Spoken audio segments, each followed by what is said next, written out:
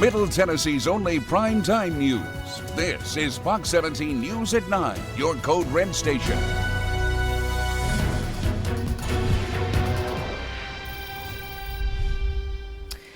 Good evening, everyone. I'm Kelly Avellino for Fox 17 News Tonight. Tonight, we are honoring the 1.4 million Americans who gave their lives so we could live freely and safely this Memorial Day. A mere thank you will never be enough to those who gave it all. Let's take you to Clarksville, where a tribute to those who sacrificed for our country and each of us was underway earlier. Wreaths and flowers honoring the heroes who made our way of life possible, many of them still living in Clarksville. A little different here in Montgomery County, having 34,000 veterans living here that truly understand what it means to serve others. Service and the preservation of liberty that we surely take for granted, not understanding what it's like to not move freely or to be forced into the unimaginable, like a concentration camp. We wouldn't be here without those people. Warriors who must be honored and remembered. I don't think children can fully understand what these people have done for us. It's our job to teach them, and they'll learn more and more as they get older. The Montgomery County Veterans Service Organization holds its yearly Memorial Day ceremony with posting of the colors by the 101st Airborne Division Color Guard. The cost of freedom carried out not only by those who gave their lives, but by the loved ones they left behind, scarred forever. Rather than one day a year, to remember and thank those Gold Star families and those left carrying the burden of those sacrifices that our soldiers, sailors, airmen, Marines, and Guardians have provided our nation. Guardians, whom we owe a debt of gratitude that will never be fully repaid or fully understood. Heroes who died so we could live as free Americans, something they themselves never had the opportunity to experience to the fullest. And in Mount Juliet, the Exchange Club of Wilson County and the American Legion Post 281 hosted a very special display in honor of Memorial Day. It's the 12th annual Field of Honor. Each one of the 300 U.S. flags on display represents an individual and tells a story. This year's theme is honoring America's flag. Organizers say the tribute is a gift made possible through donations, sponsorships, and the efforts of the many volunteers who are dedicated. And tonight, Mount Juliet is honoring Memorial Day in a very special way. Let's take a live look towards the sky. This is a drone display, 200 drones illuminating the night sky, and the soundtrack for that show is carried out on the radio. Needham's Nursery put on this free event for the public. This is the first year the drone show has debuted in Mount Juliet. Moving now to the high cost of homelessness. Community advocates are calling for more action from city leaders after a recent overdose spike. Fox 17's Kylie Walker joins us live downtown, where MMPD passed out dozens of Narcan kits to homeless people today. Kylie. That's right. Detectives passed out these Narcan kits just last week to around 40 people in the downtown core. It all comes after police say that 8 people overdosed from Sunday into Monday morning. 2 people died and 6 were revived with Narcan in one incident alone downtown last week. Police say the most common substance is being sold on the street as crack, but appears to be a high concentration of fentanyl. MMPD says homeless people are being impacted the most. Deaths, overdoses, it's just constant. And why is this not being prioritized as an issue? Volunteers, tourists don't want to see this. Why is this such a prevalent and that's not being taken care of? Barry Dupnick, who's been cleaning up homeless encampments downtown for nearly 2 years now, says he's seen it all. And with the most recent spike in overdoses, he wants more from the city. When we go out to these camps, there's very little of city activity. The city's letting these camps grow to a huge proportion, and health, safety, security, these are city property that people are camping on, and we need to take more pride in our city. In addition to what's going on inside of the homeless encampments, Dupnick says he also worries about what's spilling out of them. It's just going to continue to pile up down there. These floodwaters that are coming and growing as well recently are going to push all this debris as well down the river. So there's going to be more trash, clothes, and furniture and stuff that's just going to be floating up and down the river. Following the recent deaths, we asked the Office of Homeless Services where the downtown encampments fall on their prioritization list. They sent us a statement that says in part, "We do not discuss when a camp is identified prior to notifying the people in the camp. The prioritization team discusses and identifies camps for closure based on the vulnerability of the people, location, and environment." If you recall, the Heritage Homeless Encampment was the last to shut down. That was in phase 2 a few months back, but still no word on when the city will begin phase 3 on their prioritization list. Now, we do have a sit-down interview with the Office of Homeless Services later this week, and we'll continue to push for those answers. For now, reporting in Nashville, Kylie Walker, Fox 17 News, your Code Red station. This is the first time I ever been scared of a storm. New tonight, Kentucky Governor Andy Beshear confirms 5 people were killed in Sunday night's severe storms. There are still thousands right now without power and neighborhoods recovering from the damage in both Kentucky and Tennessee. Fox 17 News' Caitlin Miller is joining us now with more on the response to this latest rash of extreme weather. Caitlin. Yes, well, the Kentucky Governor Andy Beshear says that there are 5 families that have suffered the loss of a loved one. He says we have to rally around them and do everything we can to carry them. Take a look at the several trees that are down and power lines in Trigg County, Kentucky. Douglas McGee has lived in Kentucky his entire life and says this was the first time he was scared during a storm. I was in the bathtub that's when I ran to the bathtub, and you can feel my house just like it's going to lift, but it didn't. Fortunately, he and his family are okay. Barry Bussell, who also lives in Trigg County, says he has a lot of cleaning to do on his property. We started cutting trees from that stop sign to around the corner. And it was like, I guess, 30 or 40 trees down. Fox 17 News spoke with David Bryant, Trigg County Emergency Management Director, and he says there are thousands of people without power right now. And he adds trees that are entangled in power lines, which he explains makes it harder to clear the roads for cars. There's still a lot of people without power. It's so widespread that it's going to be a while before we get the power completely turned back on. I don't have an idea when that will be, but it will be a while. Kentucky Governor Andy Beshear says there are 5 people who were killed from these storms. The storm knocked out power for thousands of Kentuckians, temporarily shut down numerous roads and interstates, and caused massive damage to homes and businesses. But like we always see after severe weather events, first responders and everyday Kentuckians rallied to help each other in those toughest moments. A tragic time where community and support are necessary.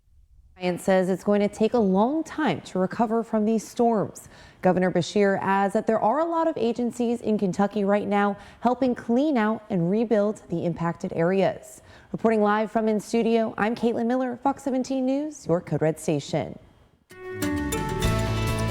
And that same storm system did impact people here in Middle Tennessee. Fox 17 Code Red Chief Meteorologist Katie Morgan is here with the fallout. We were up for a lot of hours yesterday, as were many people here with us in the mid-state. Yeah, and unfortunately, it came in several rounds. We had some early in the morning, midday, and then again as we head into the overnight last night. Very noisy storms here. Fortunately, here in Middle Tennessee, a lot of it ended up being somewhat tame, we'll call it, compared to what they had in southern Kentucky. This is where a lot of the damage was. Now, this is what I'm seeing from the National Weather Service.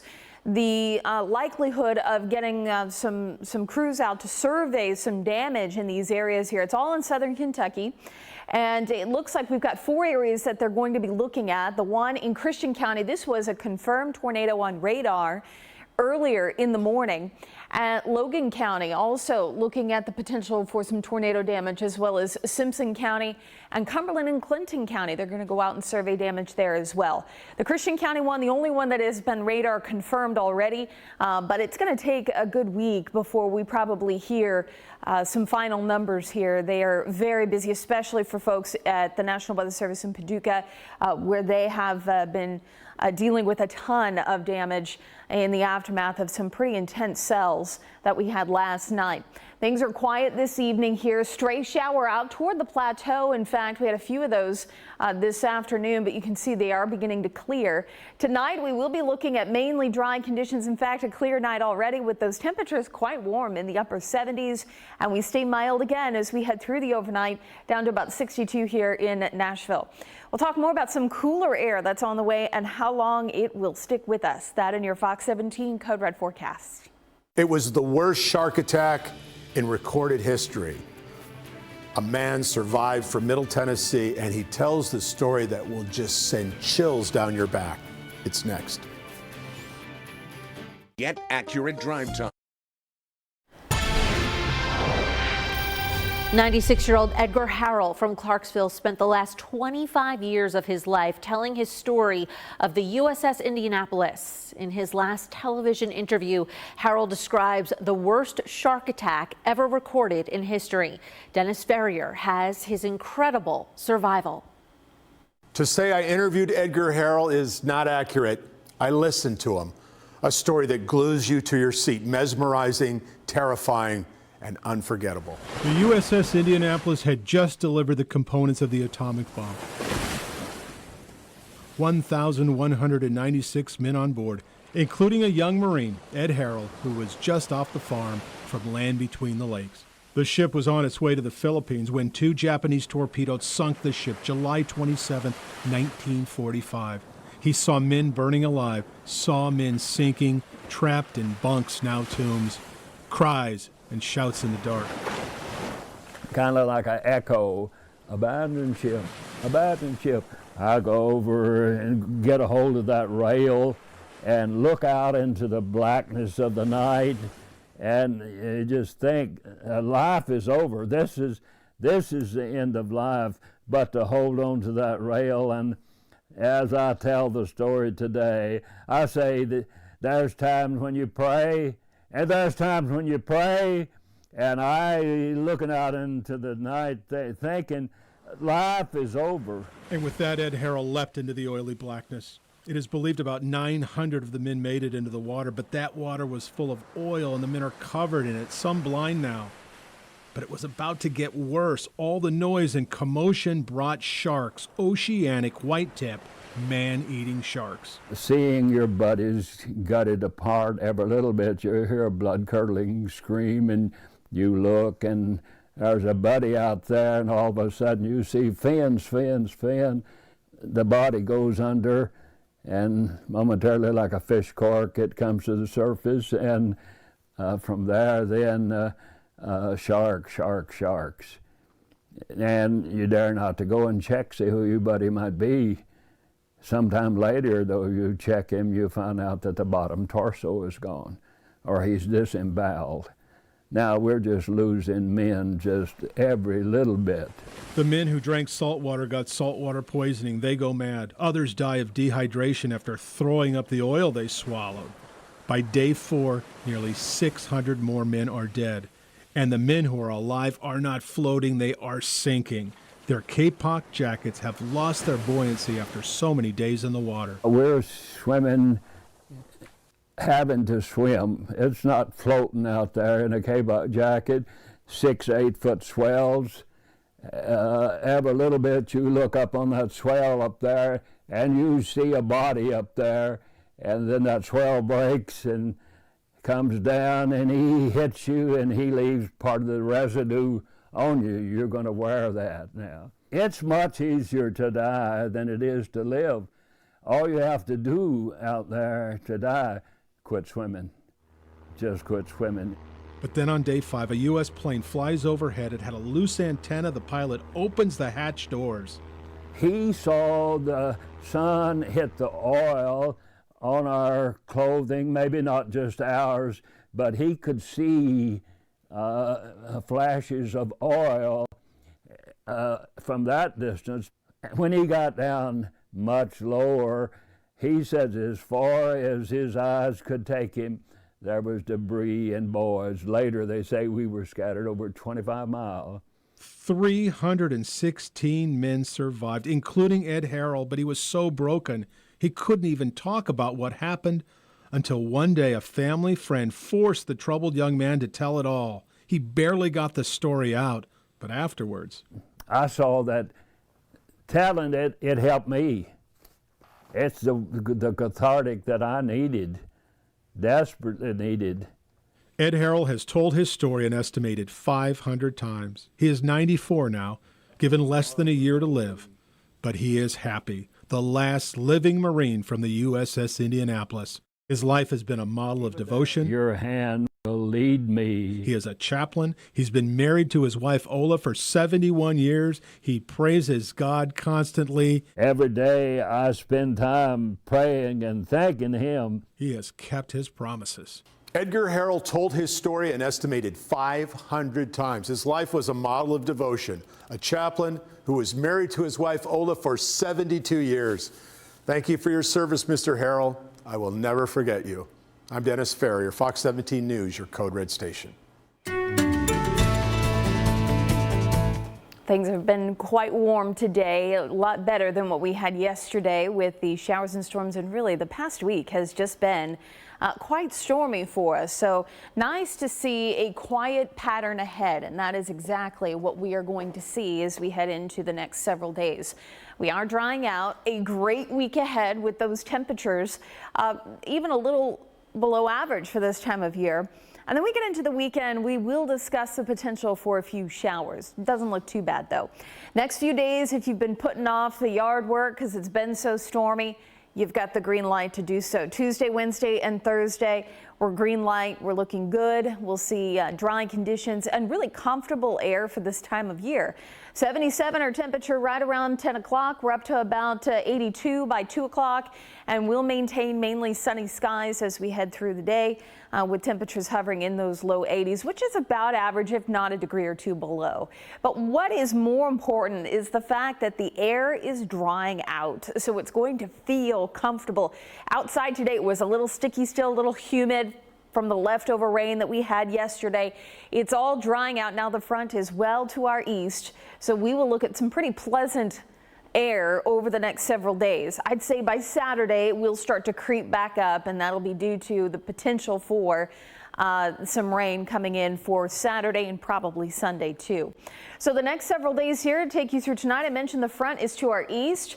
We go through tomorrow evening about 5 p.m. You can see mainly clear skies here. That continues to be the story as we head through Wednesday afternoon and into Thursday, keeping most of the rain well to our south, and that continues through Thursday afternoon and Thursday evening. Our next system here will be coming in from the west, and we will watch it march our way by Friday evening and more so into early Saturday morning. That'll be where we have the best chance for showers building in for the week ahead. Overnight tonight, I think our stray shower chance coming to an end. We're looking at a partly to mainly clear sky for this evening. Our temperature right around 62, so another mild night, up to about 84 for tomorrow. One of our warmer days for the week, in fact, with mainly sunny skies. We'll look at a pretty nice afternoon. Coming up, we'll talk more about our weekend, some of these showers that are possible for us as well, and a little later on, looking ahead to what we can expect into the beginning of June. Hard to believe it'll be June 1st this Saturday. It's a big deal when you get one of these guys to trust you. Up next, the special program that's bringing wild horses and former service members together for a unique reason.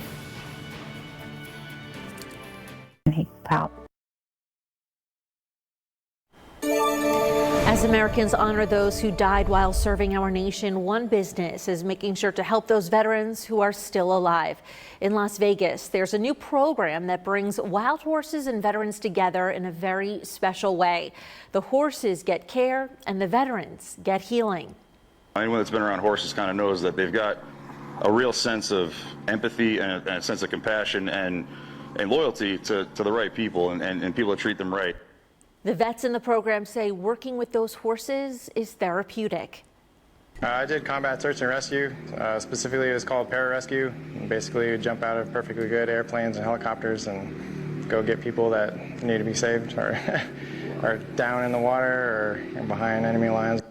Dwayne Kennedy just left the Air Force this month and has been volunteering with those horses at Ponies North for several months now. He's not only responding to the horses, but those horses, which have been through a whole lot themselves, are responding back. Saul was great. You couldn't touch him, and he would go to the other end of the pen. He didn't want anything to do with you. That's all changed. The owner says the vets who come to the ranch start by learning basic horse care, including grooming and feeding. That's then followed by leading the horse to a corral for more training. Well, $4.5 million. It's the largest investment Metro has ever made to address homelessness. Up next, we see if that money is making a difference in this issue. Doctors expect to diagnose more than 100,000 melanomas this year. And while people with darker skin have a lower risk of developing skin cancer, they also have a lower survival rate. We're going to tell you how doctors say you can spot skin cancer even on darker skins. That's coming up Tuesday on Fox 17 News this morning. Fox 17. Tonight, in the high cost of homelessness, an update on the $50 million investment the city has put towards addressing the homeless crisis here. We've shown you videos of several homeless encampments throughout the metro. So has this investment led to any change? Fox 17 News' Amanda Chin has an update after speaking with one nonprofit that received some of those funds. It's the largest investment the city's ever made to address homelessness. But according to data from the Office of Homeless Services, chronic homelessness is up by 43%. The Salvation Army received $4.5 million to help with temporary housing while those coming from homeless encampments wait for permanent units to open. But it hasn't been an easy road for this specific location. My previous investigation confirmed at least 16 deaths between January of 2021 through August of 2023, many of them drug-related. Records show crime has decreased at that site significantly, with one death since then a month ago. With the funds, the Salvation Army has been able to add 24/7 on-site security in addition to 2 staff members at this location. The Salvation Army feels the city's investment has been effective. We've spoken in the past. There have been issues, with drugs, crime, deaths. Do you feel that has gotten better? Oh, absolutely. And I think that was kind of the key part of that story, right? That story started with prior to us being the sole provider there, and it ended with us being the sole provider. And to see the crime rates drop as much as they did, and to see people's lives change has been amazing. So I think we're definitely moving in the right direction as a community. This week, I am also sitting down with the Office of Homeless Services to get specifics on how this $50 million investment is going, and also ask about that 40% increase we are seeing with chronic homelessness. Reporting in the studio, I'm Amanda Chin, Fox 17 News, your Code Red station. Well, Metro Police arrest 2 people who they say were pickpocketing victims downtown. 30-year-old Melodies Fonseca and 40-year-old Andy Diaz are now facing charges. Metro Police has been working to identify this couple for weeks after they say they were seen stealing wallets and using stolen credit cards on multiple surveillance cameras. Fonseca admitted to having 4 stolen cell phones and 2 wallets in her purse at the time of the arrest. She told police she pickpocketed them from bargoers at Jason Aldean's and also Kid Rock's earlier in the evening. Detectives have returned those wallets and 3 of the cell phones so far to those victims.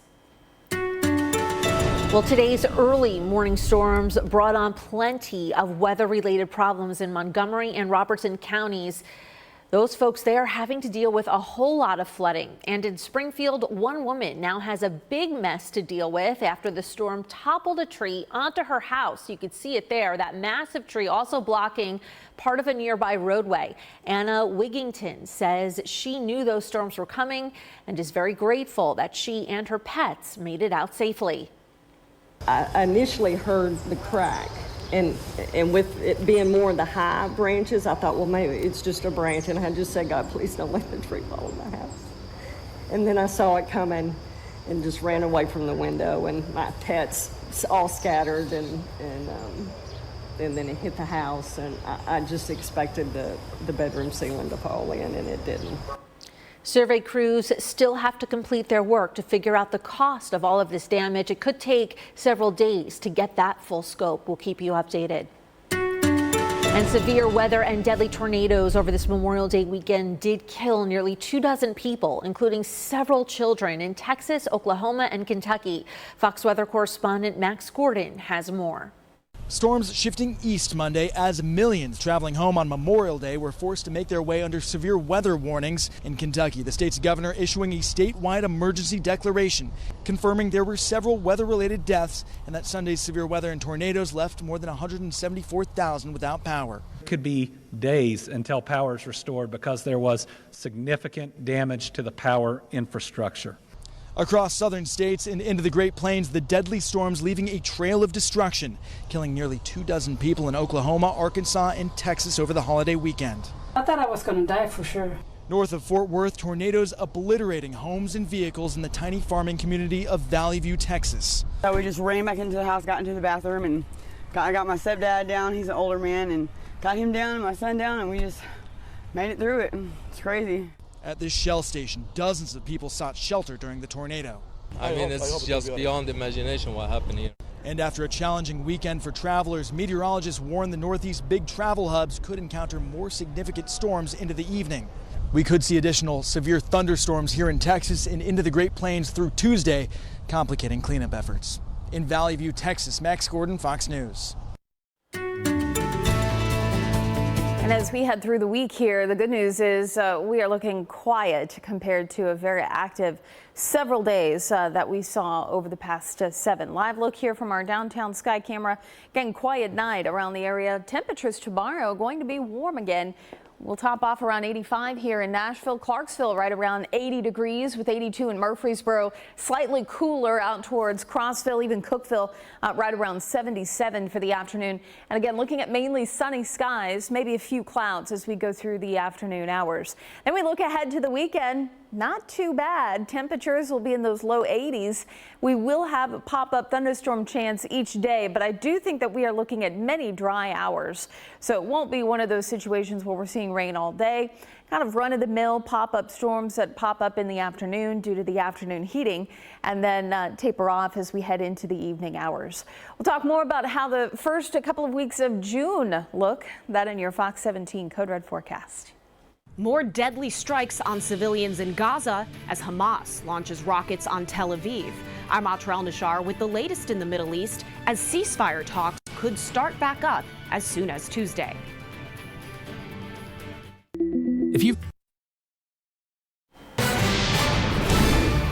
Well, dozens of victims are believed to be dead and hundreds more wounded after an Israeli airstrike on a Rafah camp where displaced Palestinians were taking refuge. Prime Minister Benjamin Netanyahu calls it a tragic mistake. Meantime, Hamas is claiming responsibility for a rocket attack on Tel Aviv over the weekend. Fox 17 News' Atra El-Nashar has more from Israel and the future of ceasefire talks that are now on shaky ground. Smoking piles of debris, once shelter for displaced civilians, many of them women and children, in the southern Gaza city of Rafah. It's the aftermath of an Israeli strike Sunday, the military says was aimed at a Hamas compound, killing 2 of its leaders. Meanwhile, in Tel Aviv, Israeli air defenses intercepted at least half a dozen rockets, the first aimed at the area in 4 months. The Israeli military says no one was injured in this attack claimed by Hamas. The latest violence potentially jeopardizing or at least further complicating the resumption of ceasefire talks expected Tuesday in Cairo. Israeli Prime Minister Benjamin Netanyahu under pressure to accept a deal and prioritize hostages over military action, facing protests like these in Tel Aviv. I don't say this is more important than that is more important. I say both of them are important. Without military pressure, basically without, squeezing them, Hamas is not going to give up anything. Across the world, President Biden also under immense political pressure, both by critics who say he's turning his back on Israel with remarks like this. It's a humanitarian crisis in Gaza. That's why I've called for an immediate ceasefire. And those who say he shares responsibility for the carnage in Gaza by providing Israel military aid, like Progressive Congresswoman Rashida Tlaib of Michigan. Attacking the authority of the International Criminal Court and interfering in the legal process is nothing more than an attempt to prevent the genocidal maniac Netanyahu and his senior Israeli officials from being held accountable for those crimes against humanity. You are an enabler, President Biden. Looking ahead to the Democratic National Convention in Chicago later this summer, there's at least 36 delegates representing those uncommitted primary ballots cast by those upset with the president's support for Israel. Though small in size, leaders of the group say they hope to take full advantage of being in the national spotlight. On Capitol Hill, I'm Atrell Nashar. Coming up, more on our rain that we've seen not only yesterday, but over the past 7 days and the impacts it's having on some of our area creeks and rivers. And taking action to keep your infants safe, how one state is addressing the problem of heavy metals in baby food. Tuesdays, Heavy metals in baby food. It is a problem that Spotlight on America has tracked for years. Tonight, we find out how one state is addressing that issue and what Congress can use as a blueprint for change. House Bill 97, Senate Bill 723, Rudy's Law. With this signature, Maryland is taking the most aggressive action in the country to protect babies from dangerous toxins in their food. A new law signed by Governor Wes Moore will require baby food makers to test their products for heavy metals like lead and arsenic, which are known to harm children's brains. And they'll have to inform the consumer about what their products contain. The law's architect, Jason Nunez, is chief of staff for Delegate Denny Taveras. I was watching the news, I saw your story, and right away I knew that we needed to act. We've been investigating toxic metals in baby food for years. Despite knowledge of contamination dating back to 2017, the FDA and Congress have taken no action to force baby food makers to test their products or to limit the neurotoxic metals within them. I mean, the truth of this is that Congress has had every opportunity in the world for years to get this done, and it's become a partisan issue. Yes, the FDA has had every opportunity in the world to get this done for years. Should U.S. legislators and the FDA be taking a cue from you, given that you got this done in 90 days? They have to step it up. They have to step it up. Children are being hurt. They eat this food every single day. The law's namesake is this little boy, Rudy Callahan. He's one of hundreds of kids nationwide who suffered lead poisoning after eating pouches of cinnamon applesauce that contained lead that was 2,000 times above the proposed safety limits. Rudy's mom, Sarah, sat down with us when the law was proposed. What does that mean to you? I'm really happy that we can advocate on Rudy's behalf and that his situation and his experience can be turned into a law. You met the Callahans, you met Rudy. How much did putting a little face and a little tiny body on the information change or motivate even more what you were doing? Oh yeah, I lit a fire for sure. You want to see this take fire across the country? Oh yeah. Oh, yeah. It already is. Nunez says both Pennsylvania and New York are putting forth legislation that would mirror Rudy's law. And California was the first state in the country to pass a baby food law. It went into effect in January of this year. In Annapolis, Lisa Fletcher. All right, we had a tough weekend, and today was really nice. Wasn't it? Beautiful. Yeah, and we're gonna need a few days like this, I think, not only for our mental health, but also for our rivers and for our creeks and streams to dry out as well. Everything needs to just settle down. It just needs to settle. We need to simmer down. So and that's what we get over the next few days is a couple of nice afternoons. This is what I mean here. This is a 7-day rainfall total. And you can see where the bullseye is, where we have seen a lot of rain. This is looking at anywhere between 6, 7, 8 inches of rain. For some reason, it's on a 1-hour loop, so that's why you're seeing it move a little bit. But over the last 7 days, we've seen about 7 to 8 inches of rain in our northern counties. It is impacting our rivers, the Cumberland River even, up in Clarksville here. So these are all the counties that are currently in some kind of flood advisory or warning. The flood warning here in Robertson County and Clarksville in Montgomery County, that is an actual warning. Had an advisory earlier here for Sumner County and Wilson County, but that's been allowed to expire. But you can still see here, these are advisories. So an advisory is one step below a warning. An advisory usually means that area streams or smaller creeks are a little on the high side, but doesn't meet warning criteria. The good news is, again, as we continue to dry out for the next several days, we will see all of our rivers recede. Temperatures here as we go through tomorrow morning looking good. We'll be in the mid-60s with mainly sunny skies as we go into the middle of the morning hours.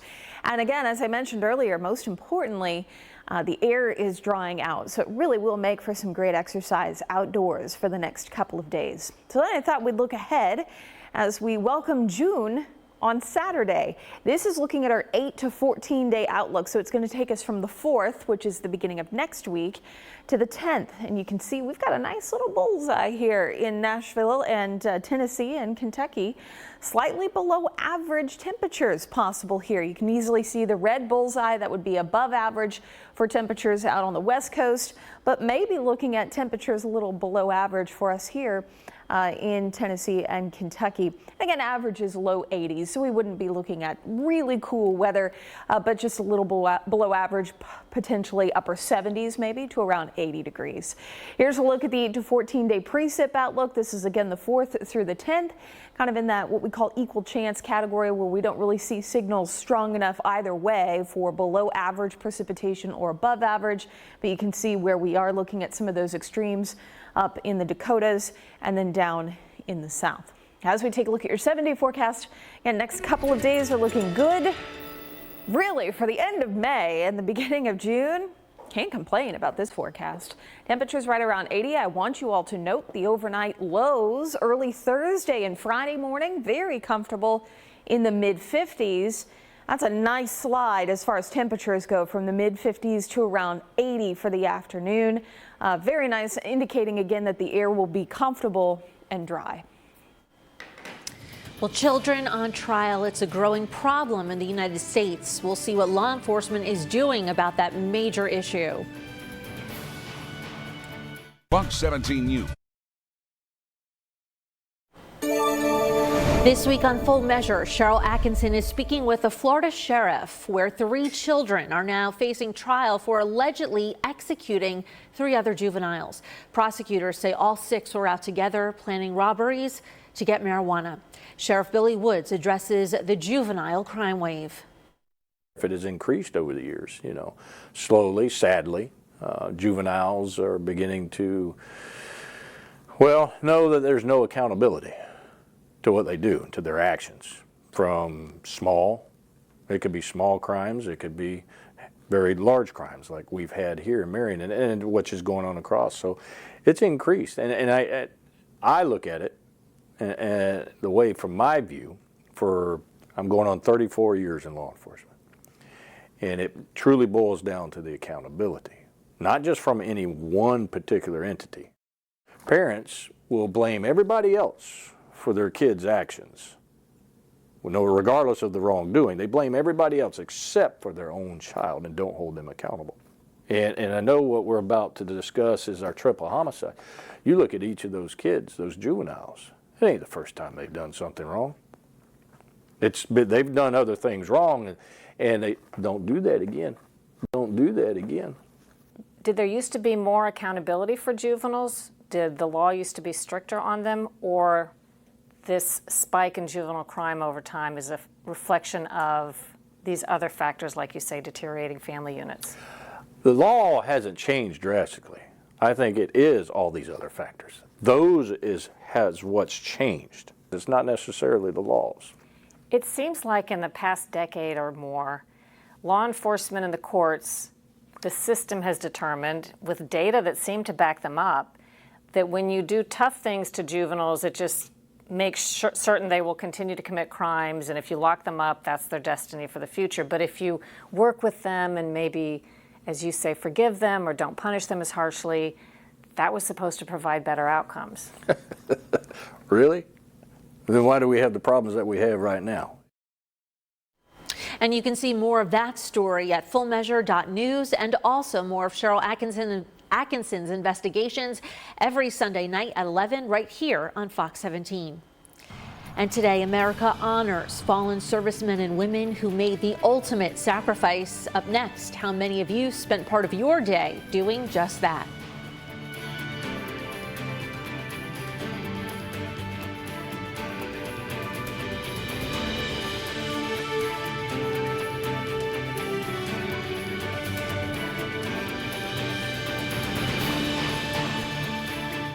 that your new vehicles.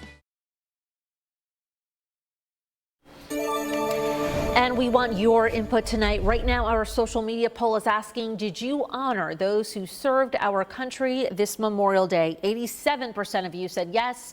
Somehow 13% of you said no. That poll is live right now. Please weigh in. You can scan the QR code on your screen or head to our X page at Fox Nashville. We'll show you the latest results next on Fox 17 News at 10. Baby boomers and Gen Z, or Zoomers, couldn't be more different. I'm Matt Gelka in Washington with the polls to back that statement up. Coming up. A new study taking a look at younger women and alcohol. I'm Liz Bonus. What heart specialists want all of us to know. It is just ahead. This is Fox 17 News at 10, your Code Red station.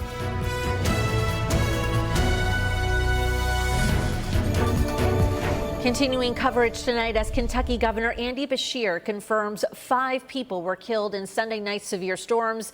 There's still thousands of people without power at this hour and a lot of cleanup to be done. Fox 17 News' Caitlin Miller is joining us now with more response to this weekend's rash of severe weather.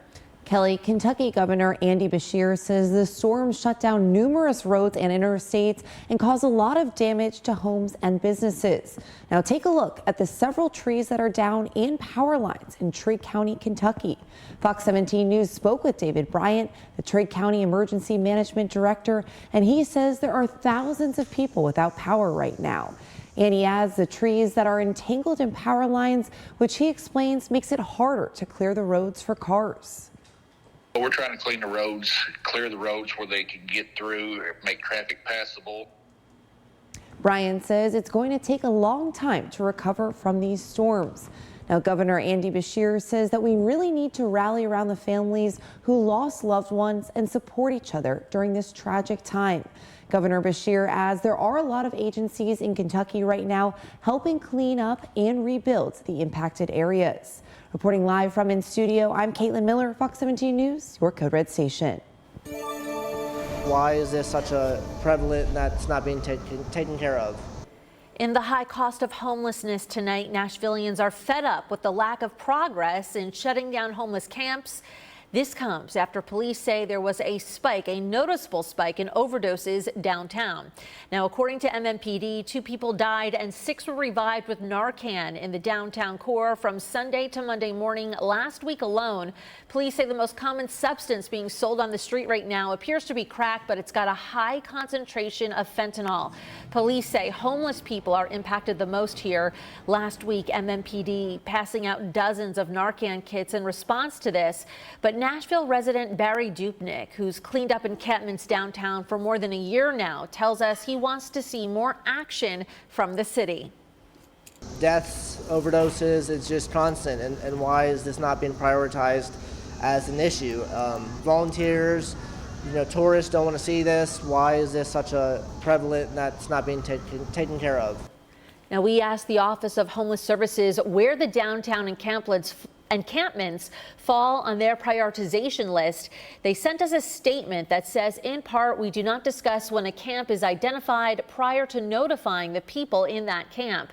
The full statement is on our website, fox17.com. Well, this Memorial Day, we certainly honor those who sacrificed everything they had and never came home. A Memorial Day ceremony was held in Clarksville earlier today, hosted by the Montgomery County Veterans Service Organization. Colonel Samuel Preston from the Blanchfield Army Community Hospital in Fort Campbell gave the keynote address. Montgomery County Mayor Wes Golden also shares how the community is honoring the countless lives lost to protect us generation after generation. One of the greatest things that we can do to honor those who have given the ultimate sacrifice is to live our best lives here with strong values and serving one another. And we have a community here that fully understands that. 34,000 veterans currently live in Montgomery County. And continuing our Memorial Day coverage, President Biden honoring tradition and paying respects to the men and women who served our nation. This in a wreath-laying ceremony at the Tomb of the Unknown Soldier in Arlington National Cemetery. The tomb is dedicated to U.S. service members whose remains have not been identified. President Biden underscoring the sacrifice they've made to defend the ideals of the United States. Freedom has never been guaranteed. Every generation has to earn it, fight for it, defend it in battle between autocracy and democracy, between the greed of a few and the rights of many. It matters. Our democracy is more than just a system of government. It's the very soul of America. Arlington National Cemetery was established in 1864 during the Civil War. It's maintained by the U.S. Army. Close to 400,000 heroes are now buried there. Earlier in this newscast, we told you about our X poll asking, did you honor those who gave it all for our country this Memorial Day? 87% of you said yes. 13%, unfortunately, said no. Each night, you can look for a new poll on our X page that you can weigh in on. Radar picture looking a lot different tonight than what we had yesterday evening about this hour. The good news is we are quiet as we head through the overnight tonight, and as we head into tomorrow, it'll be just as nice. In fact, not even as much as what we're seeing right now. Live look on Broadway. A few folks out and about enjoying the evening hours, and boy, a pretty mild night. Temperatures still sitting right around 75 degrees, and we'll look at a mainly clear to partly cloudy sky as we go through the overnight as well. Again, we deserve this week as it's looking very comfortable. Overnight lows here locally in Nashville right around 62, Lebanon, Mount Juliet right around 60 degrees. As we head up towards Clarksville, we'll be at 61, Dickson, Dover, Waverly, all hovering around 60. Cadiz right around 60 with a mainly clear sky. Centerville, Hohenwald, Waynesboro, Lawrenceburg, all in those low 60s as well. Heading down to the south and to the east of Nashville, Shelbyville, Manchester, Tullahoma, all hovering in those upper 50s to around 60. And again, a mainly clear sky for those up in the upper Cumberland region. Will be a couple degrees cooler here. Gainsboro over towards Tompkinsville sitting at 58. And Carthage right around 58, as well as Cookeville. Coming up, we'll talk more about the rain I do see eventually in our future. That in your Fox 17 Code Red forecast. Baby boomers and Gen Z, or Zoomers, couldn't be more different. I'm Matt Gelka in Washington with the polls to back that statement up. Coming up. And this Memorial Day, we're sharing the stories of local veterans who are no longer with us. One hero's incredible World War II experience next. Avoid.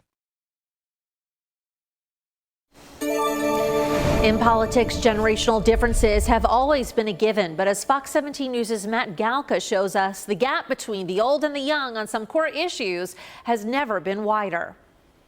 I mean, we're talking about this generation.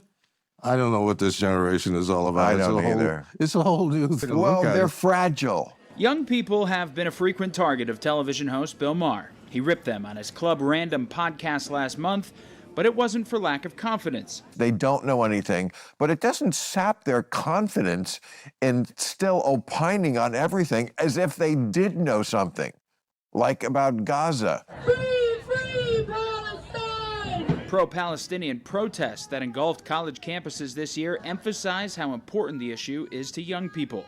But the differences in the ways a 68-year-old baby boomer like Maher thinks and how an 18 to 29-year-old Gen Zer thinks might be better summed up in some eye-opening charts compiled by Washington, D.C. strategist Bruce Mehlman, showing big differences between the olds and the youths. I had found a story in the Washington Post about the difference in music tastes, and the 18 to 29 demographic are the only guys who didn't seem to like classic rock, and I found that ridiculous. So I dove in deeper to other differences. It's not just guitar riffs. On foreign policy, people under 30 are much more sympathetic to Palestinians.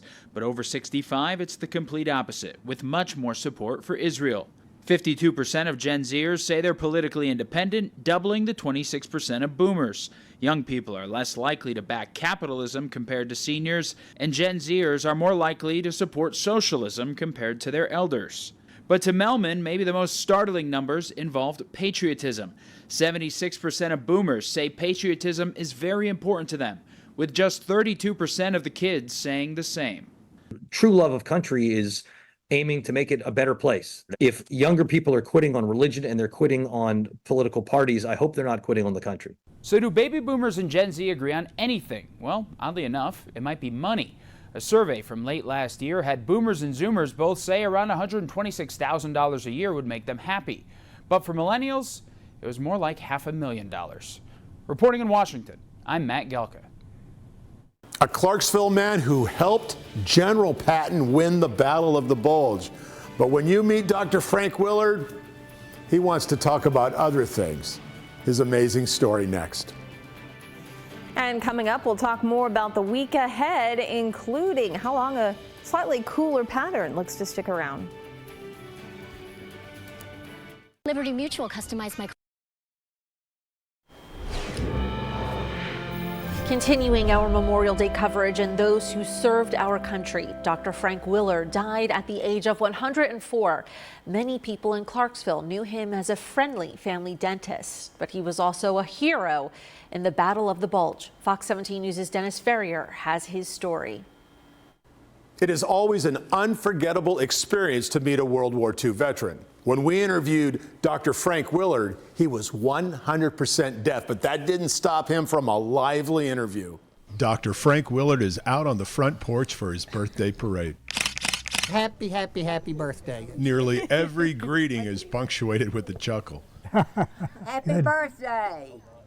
Thank you very much. Yes. Oh, are you going to help me? I love you. How many pills is he taking at 104? One a day. Go to bed at night, lay down, sleep good. It's just wonderful. And on all these cards in there, there's about 500, I imagine. I'm getting cards from all over the state of Tennessee. Willard was a math and science whiz at MTSU when the Army recruited him. He made them a deal. Let me finish up my senior year and I will volunteer. He served as the Artillery Fire Direction Officer for General Patton's Third Army, a critical position in the Battle of the Bulge. And he was able to make the calculations. He drew out the scale they used for calculating the shells. You know, you've got the elevation and all the different calculations. He was doing those. He was responsible for that, for 22,000 shells fired. Was he good at it? Put it this way. He went from private to lieutenant colonel in 7 months. Dr. Willard moved on to walking horses and dentistry. Dr. Willard, Joe Pitts, I was your patient. Clarksville Mayor Joe Pitts remembers being in Dr. Willard's chair as a child. He had such a wonderful chairside manner. His hands, although large, were gentle. And when you're a kid, you know, you appreciate that. There is so much meaning that you could put into life. Ashley Song met Dr. Willard as a high school senior for an essay project. She's here today on her own time as an admirer. I think his character, his energy, I think he has a lot more life in him at like 104 than most people do, like at half that age. Dr. Willard is now completely deaf, so we had to write out questions. And although we wanted to talk about the Battle of the Bulge and his advice for a good long life, you must remember, Dr. Willard was a dentist for much longer than he was a soldier. Whatever is worth doing all is worth doing well. Whatever. That's good, yeah. I like that.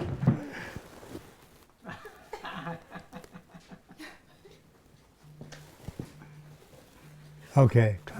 Dr. Willard didn't really want to talk about the war on his 104th birthday.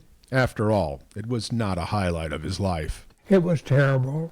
It was terrible. What he wanted to talk about was his birthday. Here comes the fire engine.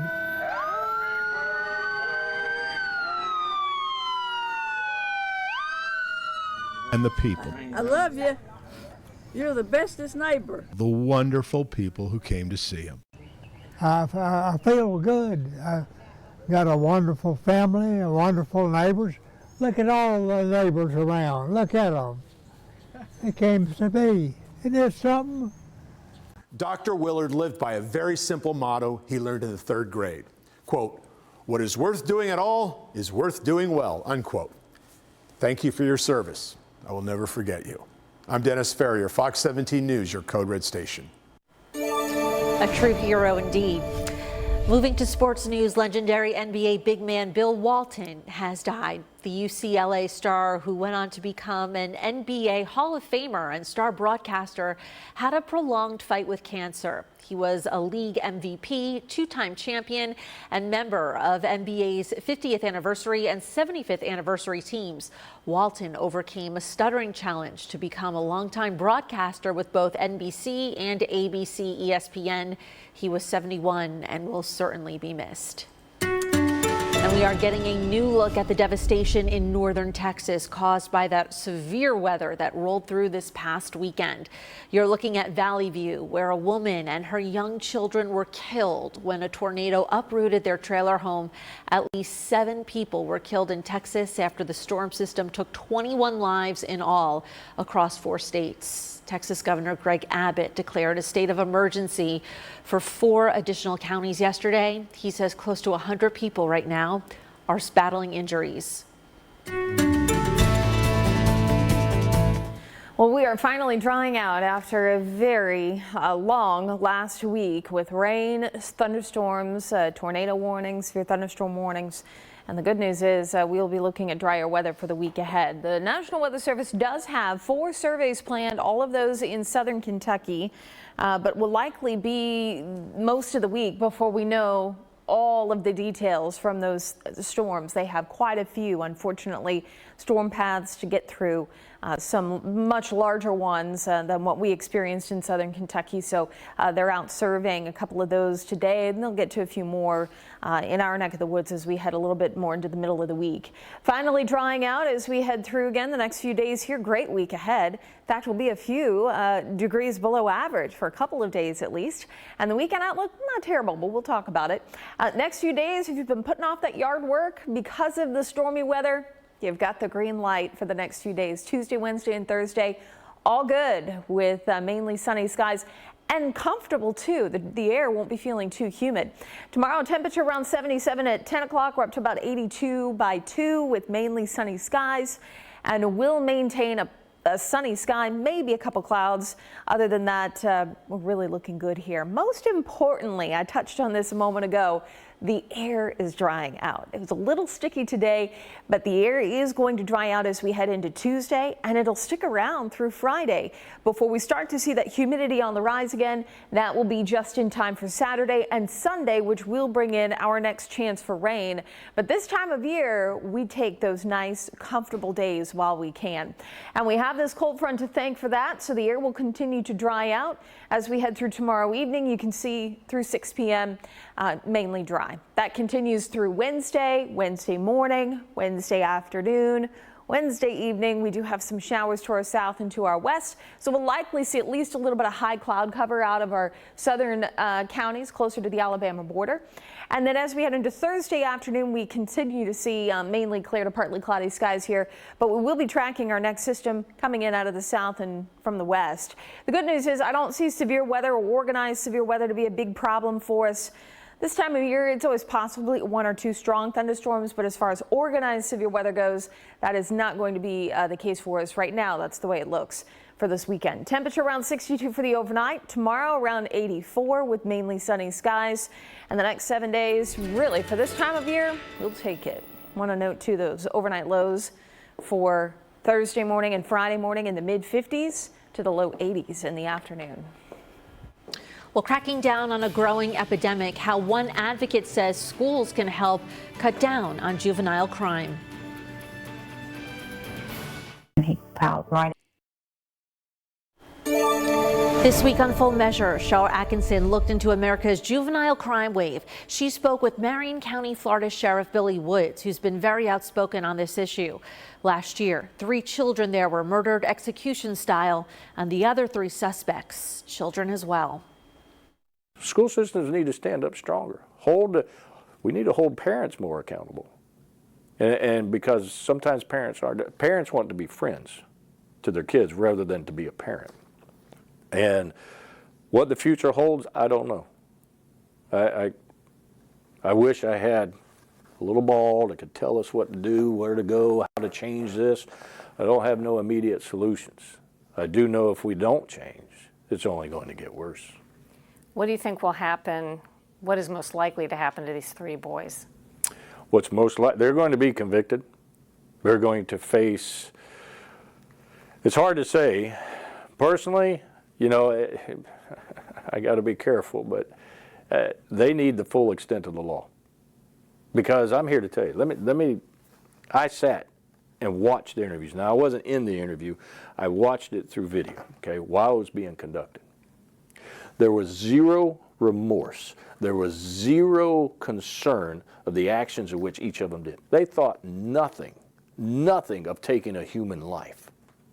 Even the 12-year-old. The 12-year-old,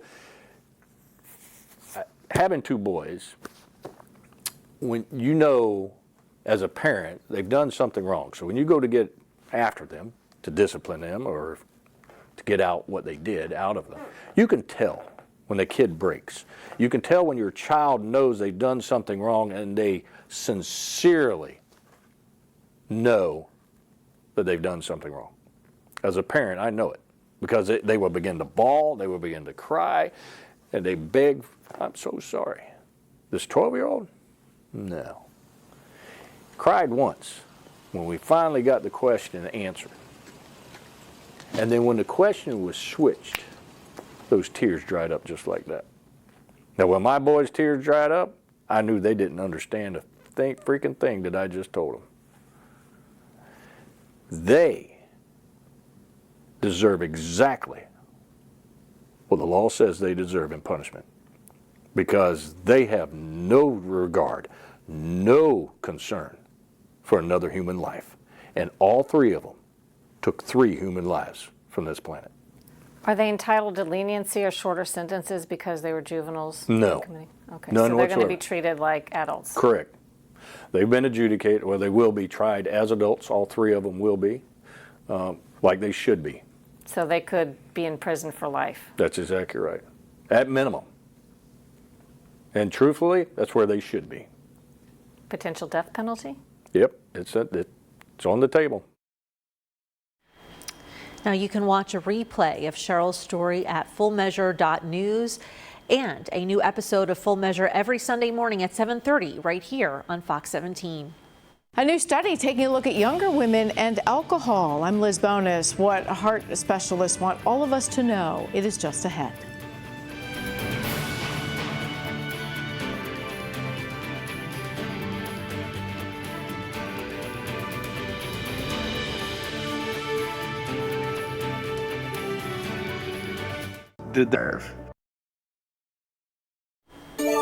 In health news, a new study looks into women and alcohol, and it shows that moderation over time is important when it comes to heart health. Fox 17 News' medical reporter Liz Bonus has more.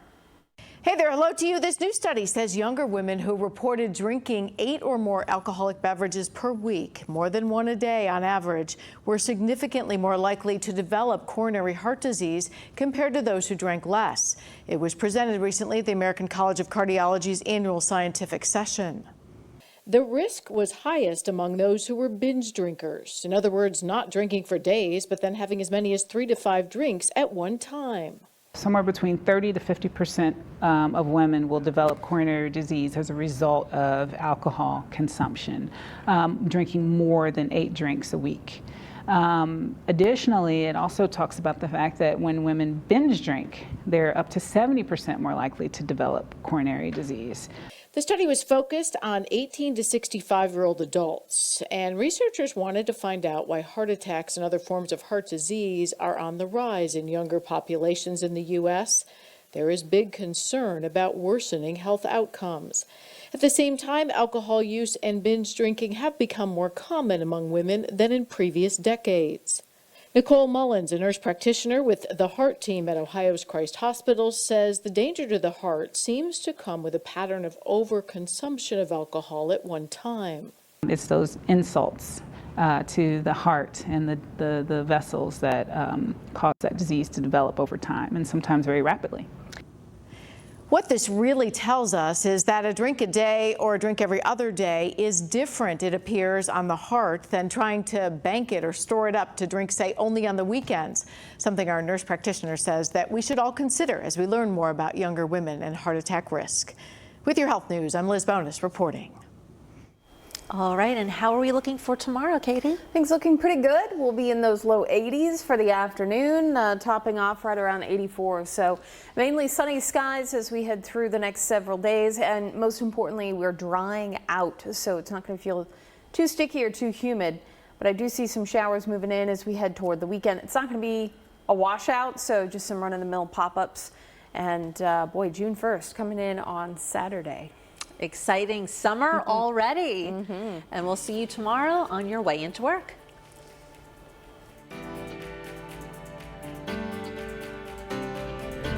All local, all morning, even during commercials. Watch Fox 17 News this morning. Code Red alerts from Fox 17 News, your Code Red weather station. Getting the right new windows with Pella was simple. Our dedicated Pella advisor was a godsend. We had confidence in Pella. They sold over 5 million replacement windows and doors. So we knew our local team would be on top of every detail. And the installation was done in just a day. They say you can't have it easy, fast, and good. At Crystal, we say you can have it all. Get 2 delicious Crystals, a small fry, and a small drink for only $4.99. Easy, fast, and oh so good. Only at Crystal for a limited time. Car wreck? Get Hughes & Coleman and get it done. Insurance companies are making it tougher than ever for car accident victims, charging higher premiums and then trying to shortchange you on your injury claim. But no matter what they do, one fact remains. On average, car accident victims with a lawyer get over 3 times more money than those without one. Now that you know the facts, don't settle for less. Get Hughes & Coleman and get it done. Call 800-800-4600. Have heart failure with unresolved symptoms? It may be time to see the bigger picture. Heart failure and seemingly unrelated symptoms like carpal tunnel syndrome, shortness of breath, and irregular heartbeat could mean something more serious called ATTR-CM, a rare, underdiagnosed disease that worsens over time. Sound like you? Call your cardiologist and ask about ATTR-CM. I love your dress. Oh, thanks. I splurged a little because Liberty Mutual customized my car insurance and I saved hundreds. That's great. I know, right? I've been telling everyone. Liberty. Did you hear that? I just said her first word. Can you say mama? Liberty. Can you say auntie? Liberty. How many people did you tell? Only pay for what you need. Liberty, liberty, liberty. Liberty. People, chill. Oh, people, chill. Look. We all get it. I'm hungry, you hungry. Crystal open late night. Love each other. Let's all dance with each other. Let's all celebrate that Crystal is open late night. Getting beautiful windows with Pella is easy. And we were confident because Pella offers the Pella Care Guarantee, which covers the product and installation. They perform over 7,000 quality checks in a typical hour. They really take pride in what they do. Like us. Tonight on Access Hollywood. Let's get out of here.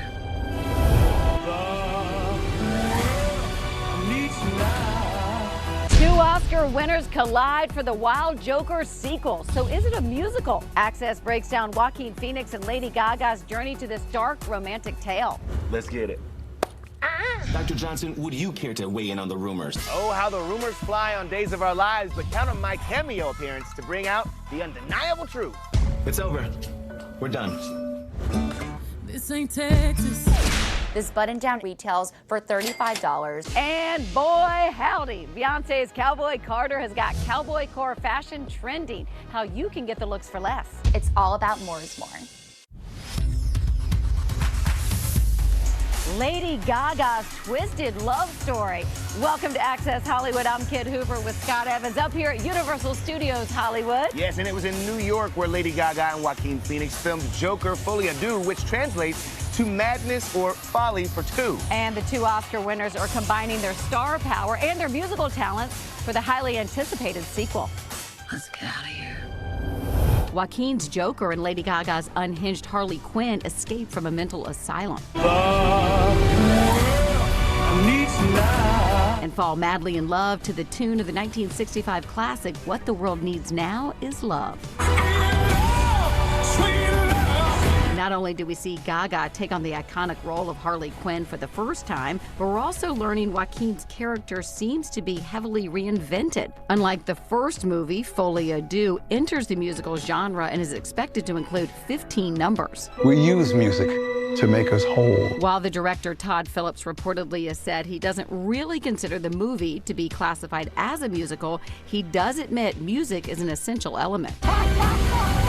The first teaser trailer doesn't show Gaga or Joaquin singing together as of yet, but based on these shots of them together, fans are anticipating absolute magic, especially considering Gaga's movie musical track record. She won the Oscar for A Star is Born's Shallow in 2019.